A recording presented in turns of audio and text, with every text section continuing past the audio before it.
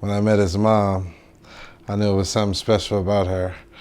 And when she told me she was pregnant, I knew it was a boy.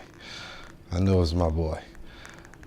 And I knew from that day on he was going to be something special, because when he was born, first thing I did was bring a basketball to him. This is the first thing I did was bring a basketball to him. He didn't sleep in no crib, he slept with us. And it would always be a basketball beside him. So when he got older, I always take him to the court, 3 or 4, 5. Then he got old enough to play rec ball. And he played rec and he made his first half-court shot. After that, I knew. I said, maybe I got something here. Maybe I got something here. Being from Montgomery County means the world for me. My whole family's from here, born and raised here, lived there my whole life until I went up to college and shit. It means everything to me. All my family's here, my friends. Learned basketball here. Played my first basketball game here. So I got a lot of love for the county.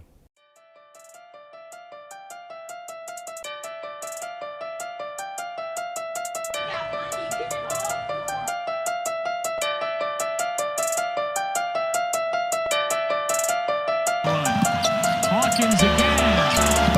And he sticks it from deep.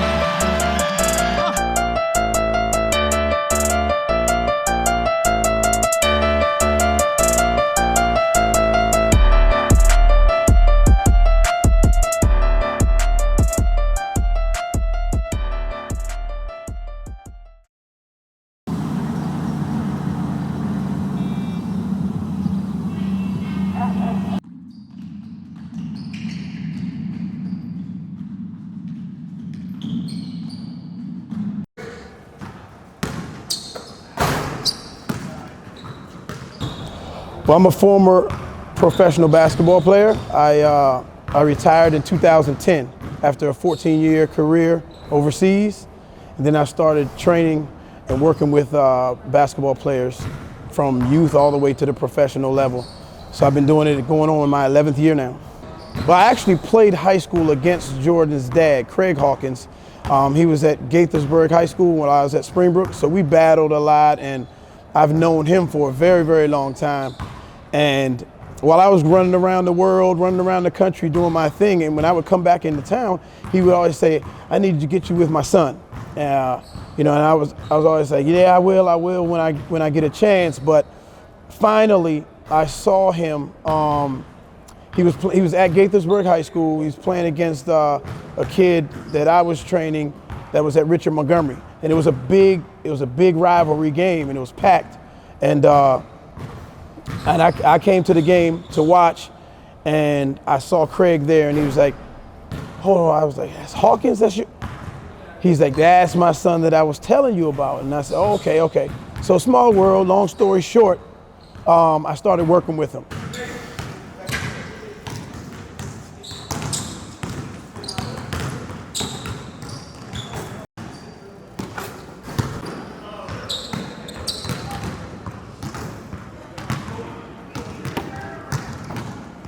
My earliest memory of basketball would be, I remember going to the park with my dad like every day, getting some shots up with him, him just teaching me the game. To come out of this area, you're gonna have to be tough. It's a lot of talent in the DMV. It's a lot of talent in the DMV, and to install it in your child is something different. But you have to pull it out of Jordan. Jordan was always shy. Man, at first my dad was really hard on me, like really hard. Like, it's on my ass every day. I would cry. Him and my uncle on my ass every day. I would cry. I even wanted to play basketball at one point, but now, looking back now, I was like, man, I really needed that. I really needed that. I wouldn't be in the position I am now. So I give all the credit to my dad. Without him, I don't know what I would be doing. So Jordan, as a child, I can just say that I was blessed. Like, I've never had any trouble out of Jordan. It's like he came out of my womb playing basketball. So we used to take him to Chuck E. Cheese a lot, and he would literally play basketball the whole entire time at Chuck E. Cheese. So I think I was the parent that balanced it out. So I was never like that tough on him when it came to basketball. I mean, when I felt that he was slacking, you know, I would be like, look, you got to do better, but never the one that was like on him every day, constant about it. So I think I was the parent that balanced out, you know, made it even. So he got the toughness and discipline over here, and then, you know, come give me a hug, are you okay? And things of that, like that. Darren and my family go way back. My dad played him in high school, so I started working out with him probably in around middle school, and started working out with him more in high school. Like then probably my sophomore to now, been in the gym for a while, a couple days a week. So my relationship with him goes on and off the court. He's like family. He's basically family. So love that guy. I've been playing basketball my whole life. I wasn't really taking it serious as people wanted me to, but probably my 8th going to 9th grade, I was in the summer. He was playing in Orlando. He was playing as EYBL team, BABC. He was playing up. I had a broken wrist. My wrist was broken. I didn't even know it was broke. I had like 35 that game. Probably like the best game of my life. I realized I was like, damn, I could be something special. So I started taking it serious. Started getting in the gym every day. Started being dedicated and focused. Started to ask questions, look for mentors other than my dad. Even though my dad's been the big reason I picked up the basketball, I just wanted to hear other voices. So that's probably when I said I should take this serious. Experiencing the Nike, what is it, EYBL, that in alone was like, okay, wow, like we're here with like top talented kids. Like this is not a game. So that's when it all came like full circle for me. Like, oh my God, like now I understand what my husband meant. Like, this is not a game. Like these kids are like, can play like they. So I think, you know, in that moment, that's when I was like, okay, this is serious, and like we really gotta like buckle down and get to it. My McLinton Basketball Academy, I train a lot of professional basketball players, right? And part of it is, you know, I'm gonna bring younger guys, high school guys around pros, you know, and especially the ones that have the potential to get where those guys are. I want to get them around it early, and when they see their mannerisms, they see the way they attack their work, when they see how they prepare themselves. It might be something small like just stretching. You know, they take everything seriously, and I want the younger guys to be a part of that, and then go out and play against them and compete against them. You know, it's iron sharpening iron, and it's like a family atmosphere in my workouts and in my training. I moved here in 2006. I grew up in Pennsylvania. I had my first coaching job in Pennsylvania right out of college as a 7th grade basketball coach at my alma mater. And once I moved here, I just kind of fell into it. I got lucky, I guess you could say. I started at Gaithersburg in 2006 and 7. They had a JV opening. And that summer I met with Kevin Parrish, who was the head coach, and he hired me. I stuck around as the JV coach for 9 years. And for the past 7 years, I've been the varsity coach at Gaithersburg. So going into this summer of 2017, I had met Jow as an 8th grader. So he began with us early that summer, played summer league with us, went to the team camps with us, University of Maryland. At the end of the summer, I started hearing that Jordan Hawkins would be possibly coming to Gaithersburg. I had met Jordan once at his middle school when he was in 7th grade, and he was in the G-Berg cluster, but he had moved and had been going to school in Germantown, so I didn't think he was coming to Gaithersburg. So I met him towards the end of that summer, and he came in the gym and worked out with us and a couple of the recently graduated seniors who were just getting some work in, and they were running ones, and he, you know, completely held his own, and I was so impressed with how talented he was and just his skills. And he was a, you know, really skinny 6'2", 6'3" incoming freshman, but you could see that his skills were there, and just his will, and he didn't back down from the older kids. You know, me and Jordan, we matched the intensity of the seniors. You know, every time we ran a play, Every time we did drills, we did it at 100%, and we pretty much just went above and beyond. Me and Ja was there for the first workout for the varsity team. So we started working out. I was doing my thing. I probably started playing well, hitting shots, and talking to the coach after, and it's like, you have a chance to play varsity this year. So I was like, oh, all right, bet. Yeah, I knew we were going to be, obviously we were going to be good. So we were a little bit nervous that we were going to be small. And we started off the year with Jordan coming off the bench because we only had one post player left on the team, and he was our fifth starting guy. It took, I think, through 4 or 5 games where we decided to make a switch and put Jordan in the starting lineup and just go with 5 guards. Season time came, started to play varsity. Didn't start for like the first 5 games. So after that, I had like a really good game. I forgot, I think it was against BBC or BBC. BCC. BCC. BCC, I forgot. Whatever it's called.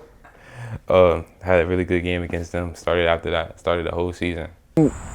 Playing with Jordan was a time in my life that I think it was taken for granted from a lot of people, just because of how special we were. Just my ability to get to the rim and how strong I was in finishing, and his ability to hit open shots and create shots for himself. I mean, we played off each other pretty well. Our games were, our games were a lot different, but we just, I think we both had a lot of, I don't even know how to put it, man. It's just a lot of people take it for granted, times. It was good times. I don't have a lot of words to say on that. It was fun. It was fun. It was great. Him and Ja playing together was a 1-2 punch. It could have been very special. Could have been very special. It was amazing. So having to play with Ja was definitely a blessing, because having another player his caliber that can do what you can do, if you're comfortable giving the ball to him, is definitely really good to have on your team. So the two of them together, I think why we were good with them wasn't just because they were talented, but because they were such strong competitors, and they pushed each other, and then they were also just great kids to be around. That's I just had to put back. That's 2. That's 2. He's had bucket. And then the mind's like that's 2. It definitely gets intense. It's no reps, everybody's in there. You're either a pro or a D1 athlete in there, so it's definitely intense. I feel like I was in high school doing that. Like that put me above the game, put me ahead of the game. I was looking at it as a teaching moment, even though at first I was getting my ass bust by guys like James and Conlon, getting my ass bust by those guys. But started to learn from them. Take some of their moves. Started doing that. Started using it against my own competition. Started working. Then I went back to those guys, get my ass bust again. Started taking some stuff from them. Then now I feel like we compete on a high level. It definitely gets intense, a little trash talk here and there. So yeah. Well, heading into the playoffs, we had won a lot of games, but things were getting tight first. We got almost blown out here at home versus Magruder on a Saturday afternoon, and that kind of was a wake-up call for us heading into the playoffs. And we got a big win against Springbrook, won by I believe like 22. We were up 27 against them in the second half. And that was the game right before our first round, our second round playoff game, because we got to bye the first round. And in the playoffs, we played well and made it to the regional final, and went up against BCC, who we had beaten in, I believe, the second or third game of the year. And it was a tough game. We struggled. We couldn't score. We were down the entire game. I believe we didn't take the lead until the final minute 20 seconds of the game.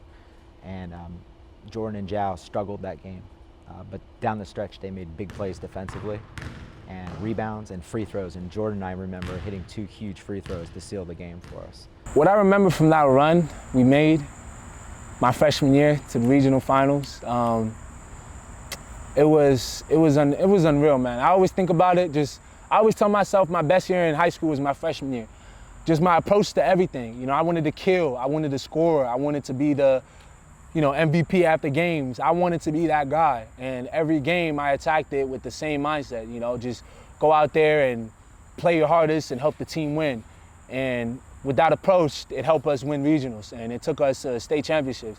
And even though we fell short, that was still one of the best seasons of my life, just because of what I was able to bring to the table and, just how great the team was at the end through everything, everything we went through. We finished the year strong. Had a good run. Had a great freshman year. Had a great freshman year. Went to the state championship or state semis. Played at Maryland. Got our ass bust against Perry Got our ass bust with like 30. But yeah, that was my freshman year. I had a great freshman year. The DMV is so full of talent, and it always has been. As you can see from the In the Water documentary that came out about PG County, Montgomery County, Northern Virginia, Howard County. There's such a rich basketball history in this area, especially for guards. I say we're the guard capital of the nation. I know my New York guys will have something to say about that, but we're flooded with talent, and we always have been. And these young players coming out now are just another testimony of what we have in this area as far as talent is concerned. Yeah, moving to Montgomery County and the basketball culture here, everyone knows about the culture of basketball in the DMV, but I wasn't fully aware of it until that first summer that I was able to coach, and just getting to meet the guys that were on the team and the caliber of players that we had at Gaithersburg and around the county. And just, year after year, you get to know coaches from outside the county, different teams that you get to see play, summer leagues, going to team camps, things like that. And, kids that you sometimes see on TV, on ESPN, you're seeing, at a summer league game. So, yeah, obviously the quality of basketball in Montgomery County and in the DMV is tremendous. From Montgomery County, we got a lot of guys that can go. It definitely gets overlooked, like the PGs and the DCs, but I mean, PG got Kevin Durant's, and DC got endless guys. So we really don't have a guy like that. So I'm making that my mission. That's what motivates me to keep going, be the best player I can be, so I can put Moco on the map.